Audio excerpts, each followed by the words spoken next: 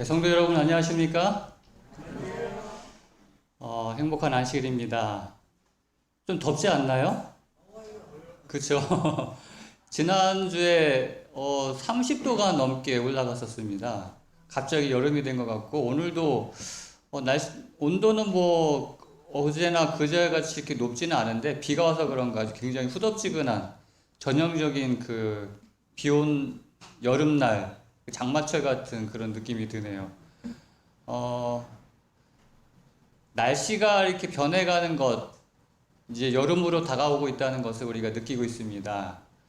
어, 계절은 뭐 기다리지 않아도 알아서 이렇게 변하고 바뀌고 오는 것 같습니다.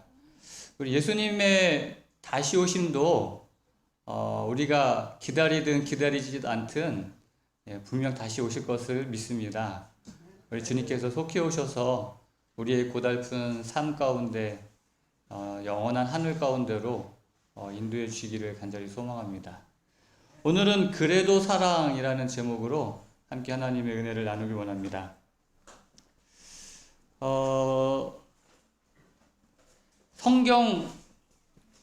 성경이 66권입니다. 구약이 39권, 신약이 27권, 합해서 66권인데 이거를 꽉 성경 말씀을 꽉꽉 짜가지고 한마디로 표현한다면 보통 뭐라고 얘기하죠?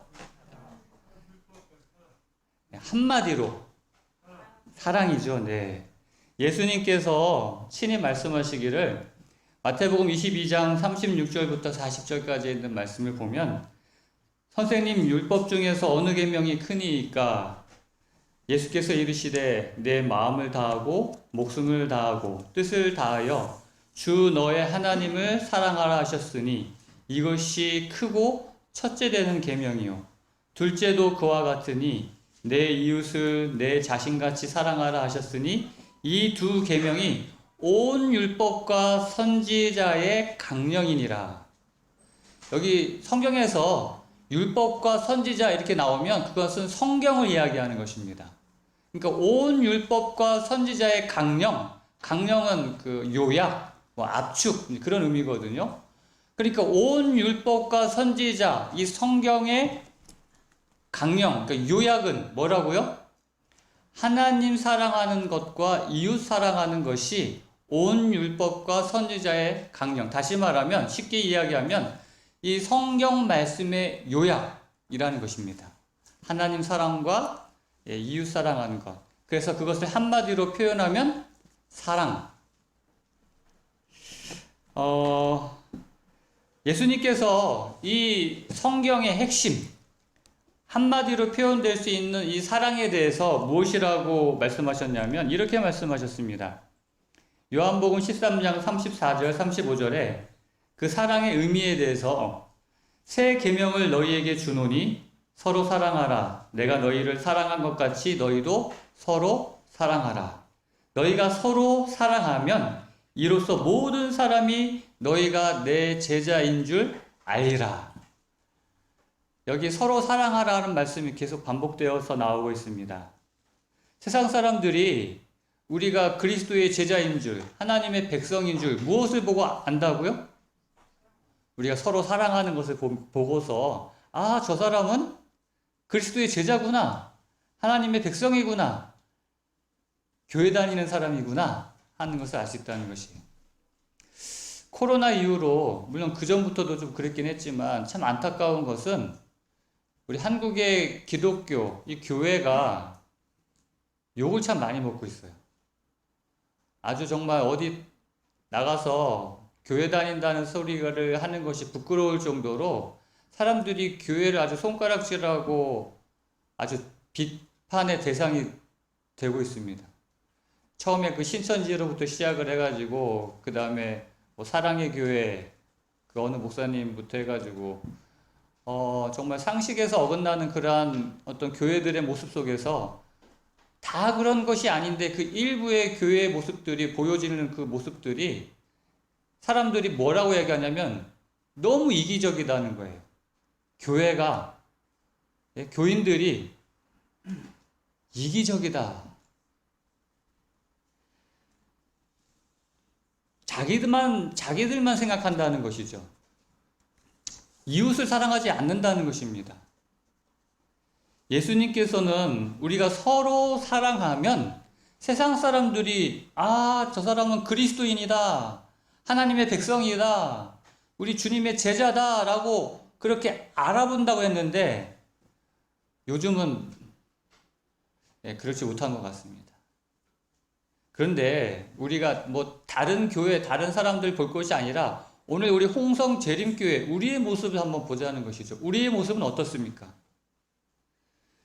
우리는 정말 우리 홍성에 있는 우리의 이웃들로부터 저 사람은 그리스도인이다, 정말 교인이구나, 하나님의 백성이구나 하는 그런 인정을 받고 있습니까?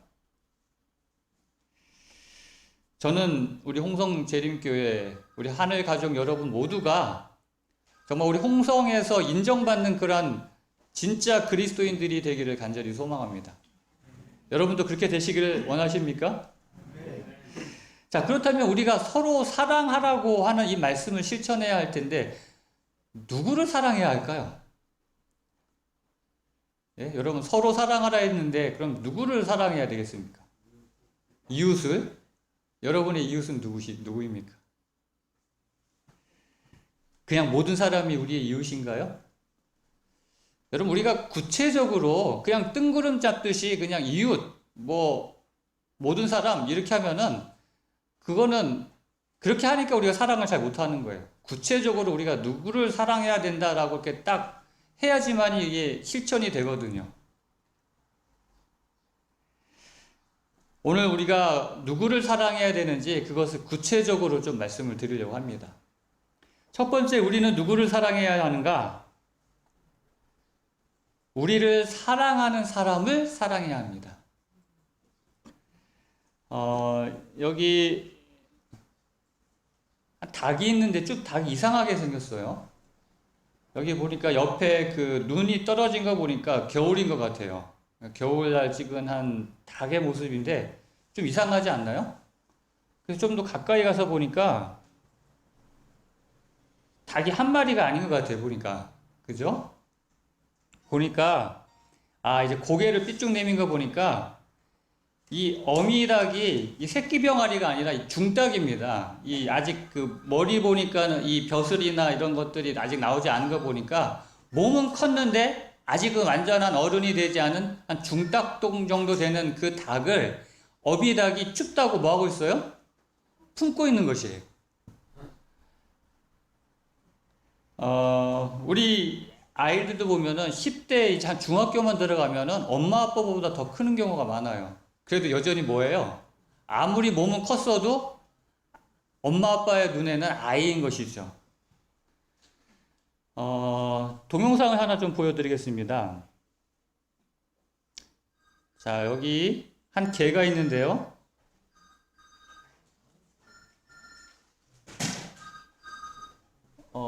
이 사진이 나오나요? 아니, 소리가? 예, 그걸로 한번 보여주시겠습니까? 예.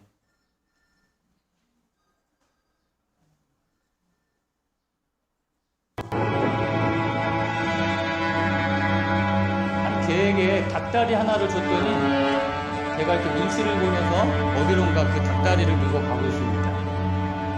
그래서 어디로 가나 이렇게 쫓아가 보니까는요,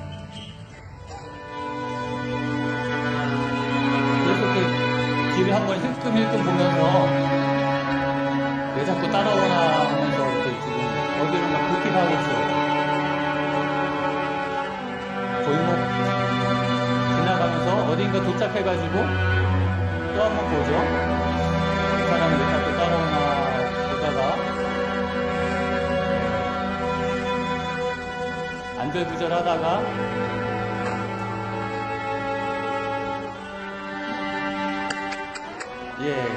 닭다리를 내려놓으니까 이제 막 새끼들이 달려오죠.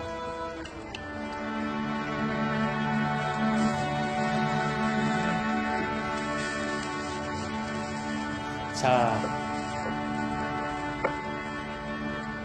이 개가요, 닭다리 좋아하죠. 사람도 좋아하는 이 닭다리를 개에게 줬을 때 이 개가 그거 뭐 주면서 너 이거 새끼 갖다 줘? 하고 얘기해가지고 그거 알아듣고 개가 새끼한테 갖다 주는 건가요? 아니거든요. 본능적으로 정말 입에서 침이 고이는 걸 꾹꾹 참으면서 자기를 기다리고 있는 그 새끼들에게 갖다 주고 있는 거예요.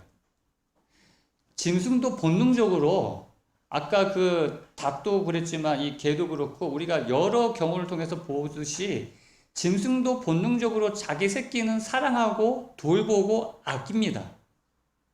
그런데요, 여러분 어미닭이 이렇게 병아리 이렇게 기르고 또 어미개가 강아지 이렇게 길렀는데 그 강아지가 나중에 커가지고 자기한테 이렇게 새끼 닭다리 갖다 주고 자기를 키운 그 어미개에게 고맙다고 그 어미개한테 뼈다귀 갖다 주면서 어머니 저 키우느라고 얼마나 고생하셨어요. 이거 좀 드시고 힘내세요. 하고 그렇게 갖다 주는 강아지 보신 적 있습니까? 중닭이 다 돼서도 춥다고 품어주는 그 엄마한테 고마워가지고 지렁이 물어다가 어머니 이것 좀 드셔요 하고는 갖다 주는 그런 병아리 보신 적 있으세요? 짐승이란 자기가 받은 사랑을 기억하지 못하는 것이 짐승입니다. 어미는 본능적으로 새끼는 사랑해도 자식은 그 받은 사랑을 기억하지 못하는 것이 바로 짐승이라는 것이죠. 자기가 어떤 사랑 덕분에 이 자리에 와 있는지 깨닫지 못하는 것이 짐승이라는 것이에요. 여러분, 우리가 사람이 짐승과 다른 게 무엇입니까? 사람이 짐승과 다른 것은 자기를 사랑하는 사람에게 보답할 줄 안다는 것이에요. 그게 바로 사람과 짐승의 차이점이라는 것입니다. 예전에 공익광고협의회에서 이런 광고를 실은 적이 있었어요. 혹시 보신 분은 있으실지 모르겠습니다. 이게 무슨 자예요? 효자 같은데 좀 이상해요. 예. 아들 자자가 반대로 쓰여져 있습니다. 제목이 등 돌린 자식이에요. 오늘날의 요즘 세태를 단적으로 보여주는 그런 광고가 아닌가 생각이 됩니다. 이 한 글자를 통해서 등 돌린 자식. 그래서 효라는 것은 부모님을 향한 사랑하고 존경하는 마음입니다. 라고 여기 이제 그 내용이 나옵니다. 예. 오늘 우리의 모습이 어떤가 한번 돌아보는 한 글자인 것 같습니다. 하나님을 믿기 이전에 내가 오늘 이 자리까지 얼마나 큰 사랑을 받고 오늘 내가 여기에 앉아 있든가,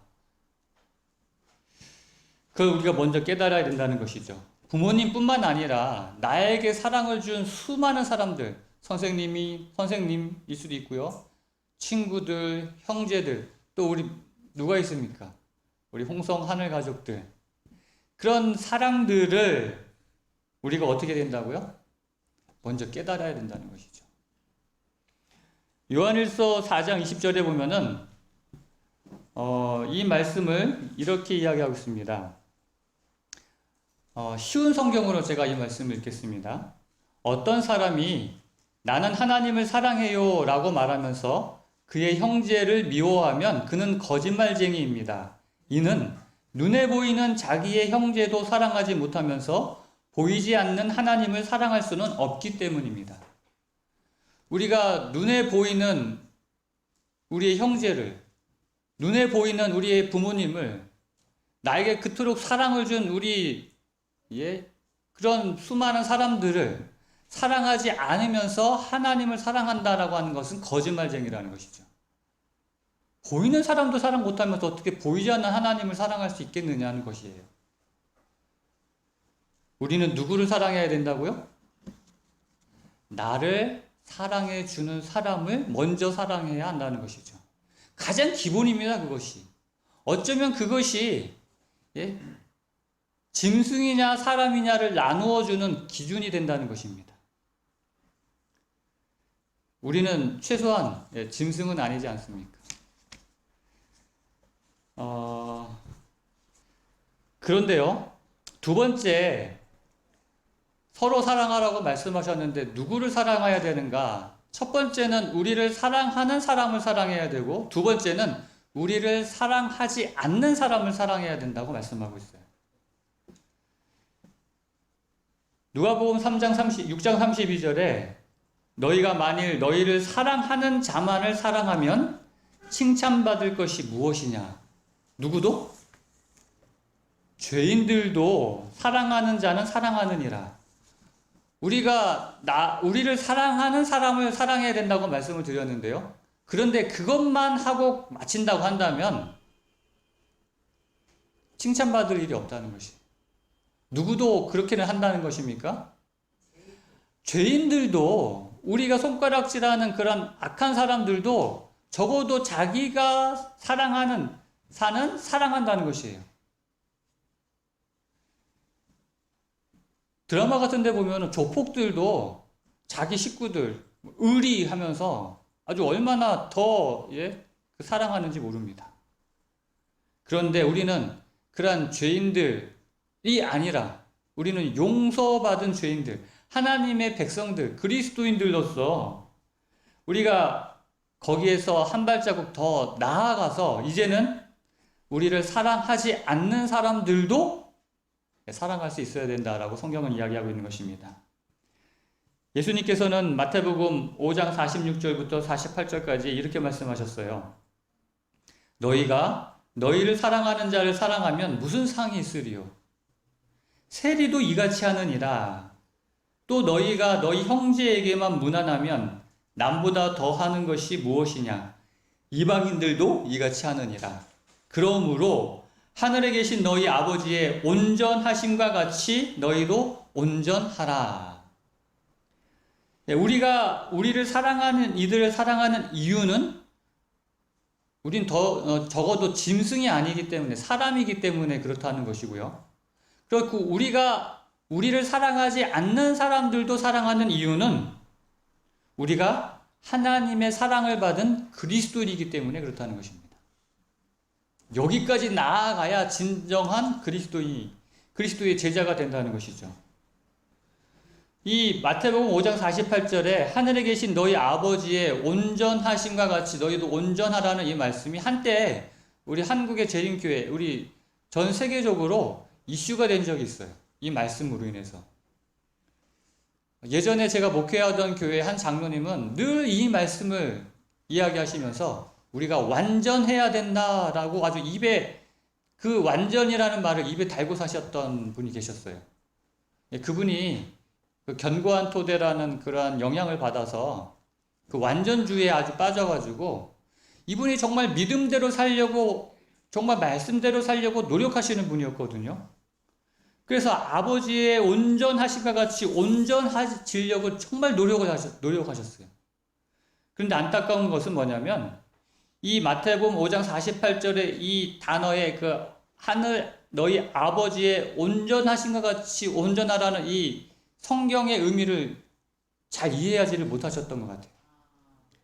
여기 보면은 5장 48절에 처음 이 구절을 시작하는 첫 단어가 뭡니까?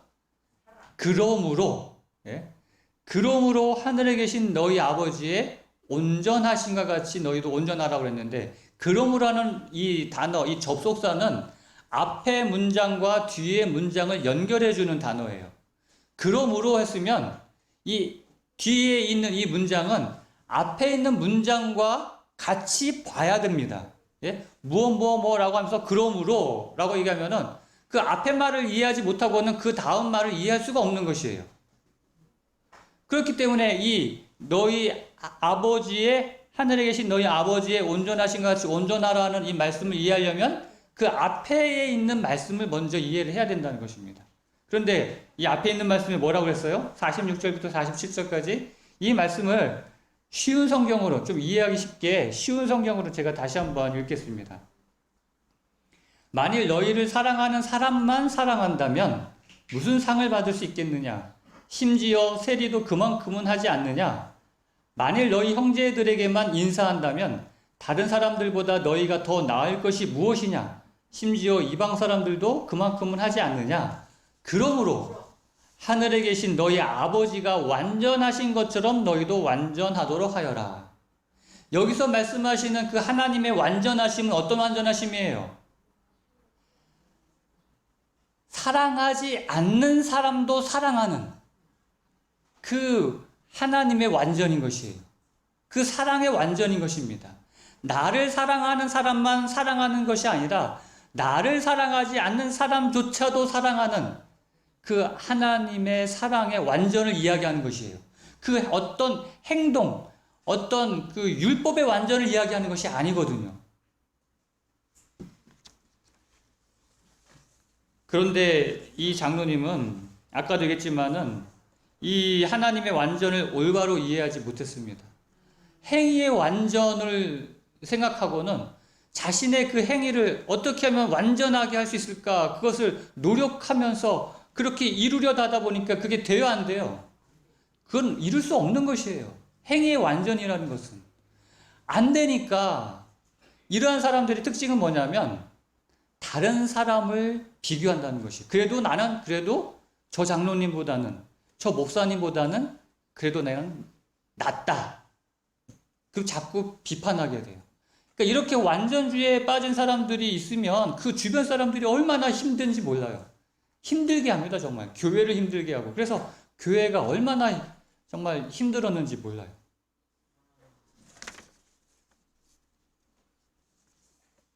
우리는 정말 사랑해야 합니다. 서로 사랑해야 합니다. 우리를 사랑하는 이들을 사랑해야 하고 사랑하지 않는 이들을 사랑해야 합니다.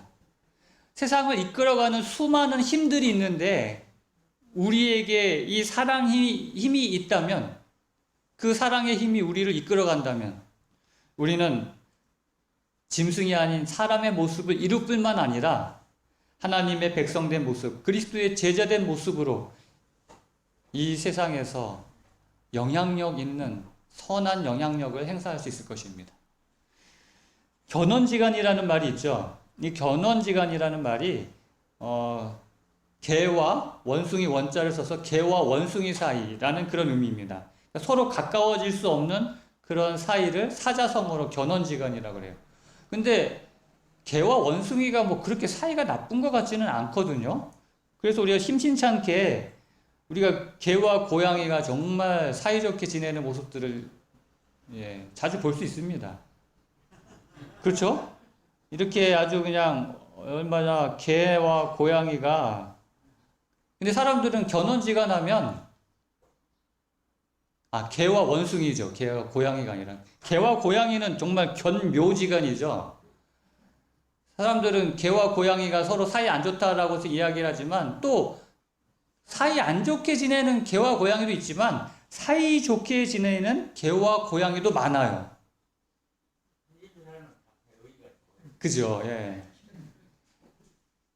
여러분, 이렇게 뭐 견원지간, 견묘지간 해가지고 세상 사람들은 함께 지낼 수 없는 사람들 해가지고 그렇게 그러한 사이를 이야기하지만 우리에게는 어떤 견원지간, 견묘지간도 함께 지낼 수 없는 사람은 없습니다. 우리에게는 다 이렇게 함께 부대끼며 함께 사랑을 나누며 살아갈 수 있는 사람들이라는 것이죠. 그렇다면 우리가 어떻게 사랑해야 되겠습니까? 서로 사랑하라고 했는데 어떻게 사랑해야 하는가? 우리를 사랑하는 사람들을 사랑하는 일은 사실 그렇게 어렵지 않아요. 그건 아까도 얘기했지만 죄인들도 할 수 있는 것입니다.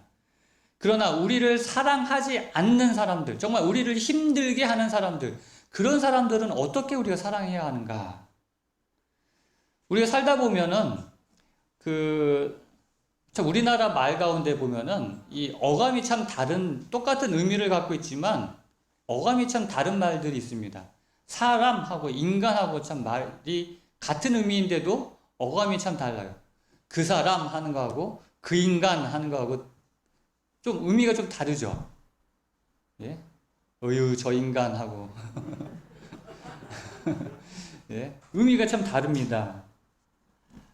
우리가 삶에 부담을 주는 그 인간들을 참 많이 만날 때가 있어요. 그 사람이 아닌 그 인간 하고 싶은 사람들이 우리에게 분명 있거든요. 누구나 그런 사람들이 있습니다. 우리에게 부담을 주는. 그래서 어떤 사람들은 이렇게 표현을 했어요. 나이가 든다는 것은 가슴 아픈 일들이 많아진다는 것을 뜻한다.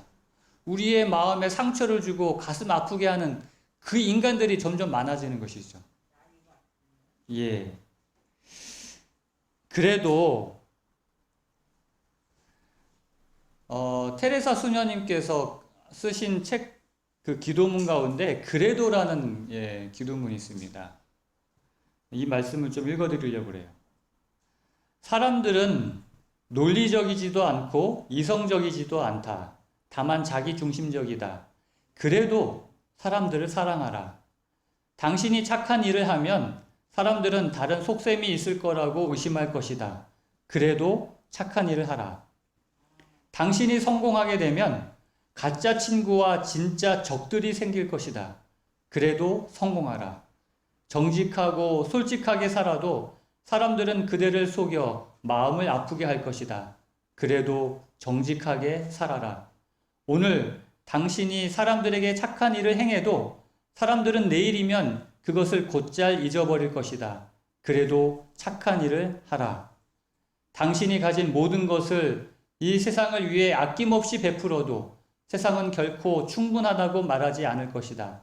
그래도 세상을 향해 최선을 다해 베풀라. 당신이 이 세상을 길게 멀리 본다면 이 세상 모든 문제는 하나님과 당신 사이의 문제이다.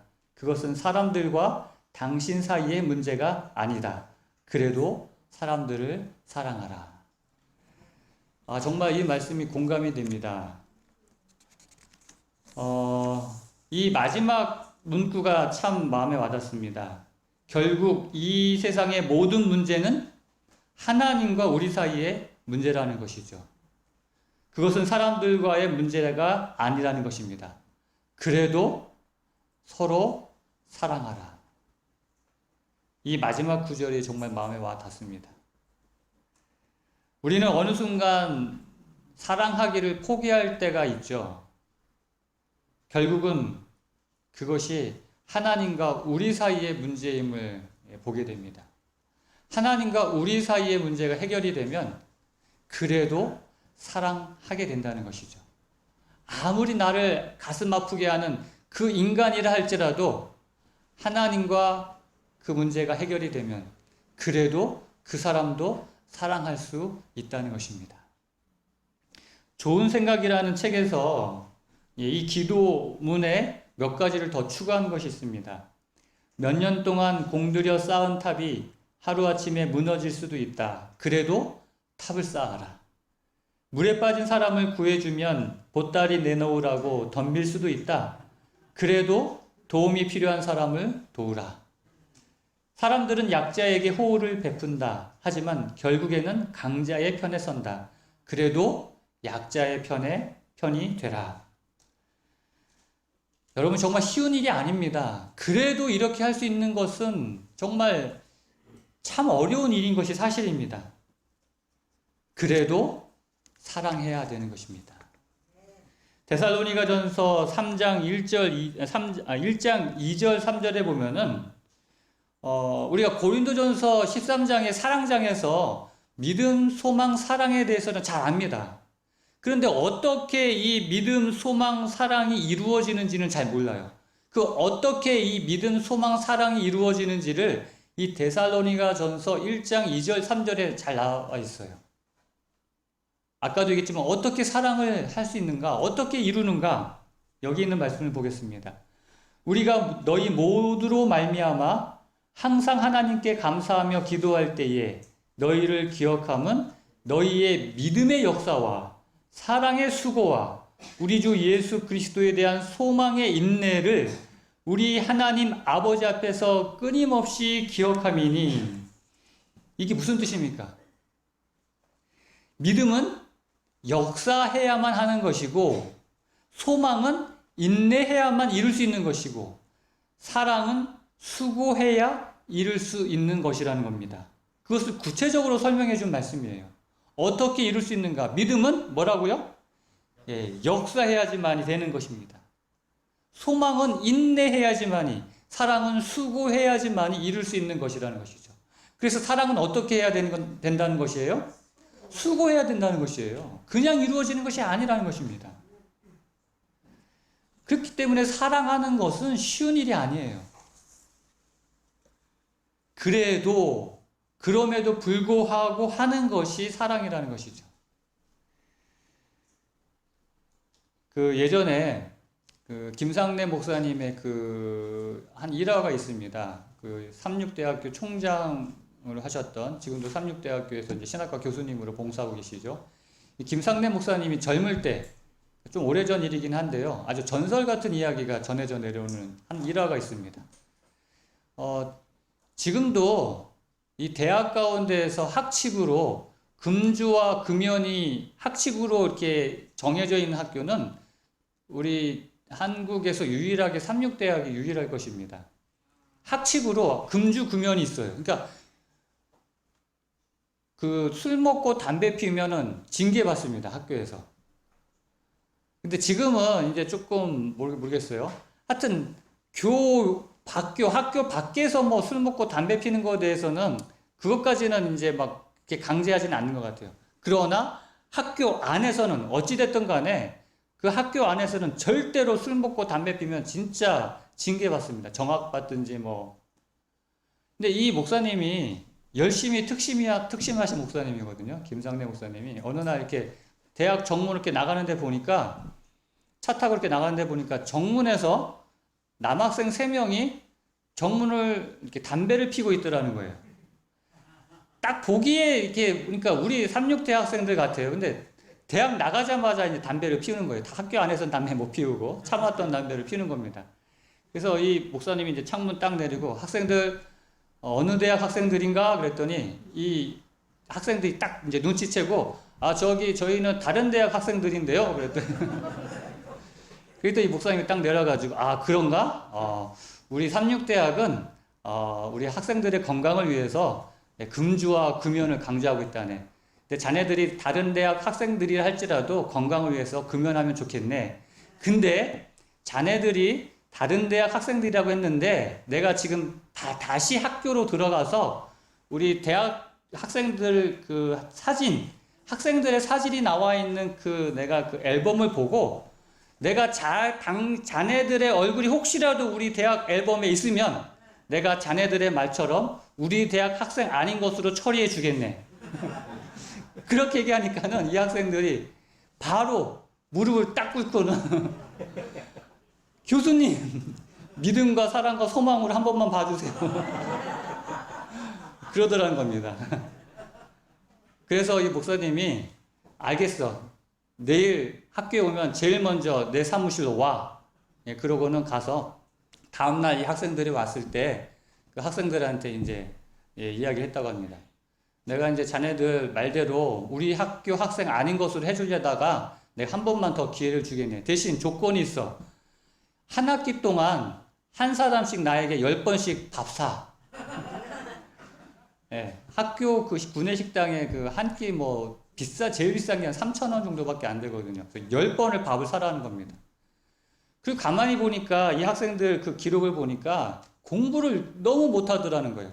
진짜 안 그래도 학생에서 이제 제적될 그런 위기 가운데 있는 학생들이었어요. 공부도 안 하고 그냥. 그래서 한 가지 더 조건은 다음 학기에는 꼭 장학금 탈 수 있도록 노력, 약속. 그래가지고 진짜 한 학기 동안 그 학생들한테 10번씩 밥 얻어 먹느라고 아주 죽을 뻔했다는 거예요. 이 목사님이 밥 사 먹을 돈이 없어가지고 그 학생들한테 밥 얻어 먹었겠어요? 그 이유는 뭐예요? 상담하고 관계를 맺기 위해서. 어떻게 하면 이 학생들한테 좀 도움을 줄 수 있을까 해서 자연스럽게 관계를 맺기 위해서 이렇게 한 것이에요. 그래서 진짜 그 3학생 중에서 2학생은 다음 학기에 장학금을 받았답니다. 그리고 그 3학생 중에 한 학생은 나중에 찾아와가지고, 목사님, 결혼해가지고 나중에 찾아와가지고, 제가 이제 아이를 낳았는데, 제가 죄송하지만 그 아이의 이름을 상래라 줘도 되겠습니까? 이 목사님 때문에 그 학생의 인생이 바뀐 거예요. 예, 그 목사님이 정말 그렇게 밥 먹으면서 늘 좋은 이야기 상담해주고 격려해주고 하면서 그 학생이 꿈없이 살던 이 학생의 인생이 바뀐 겁니다. 정말 이 교수님이 그냥 관심 없이 그냥 지나칠 수도 있지만 그걸 그냥 지나치지 않고 그게 얼마나 수고로운 일이에요. 뭐 교수님이 할 일이 없어가지고 뭐 그런 것까지 하겠습니까? 뭐 밥 먹는 일 그렇게 만나가지고 매 수요일 점심마다 이렇게 밥을 이렇게 먹기로 했는데 굉장히 번거로운 일이거든요. 그렇게 수고를 통해서 무엇을 이루었어요? 사랑을 이룬 것입니다.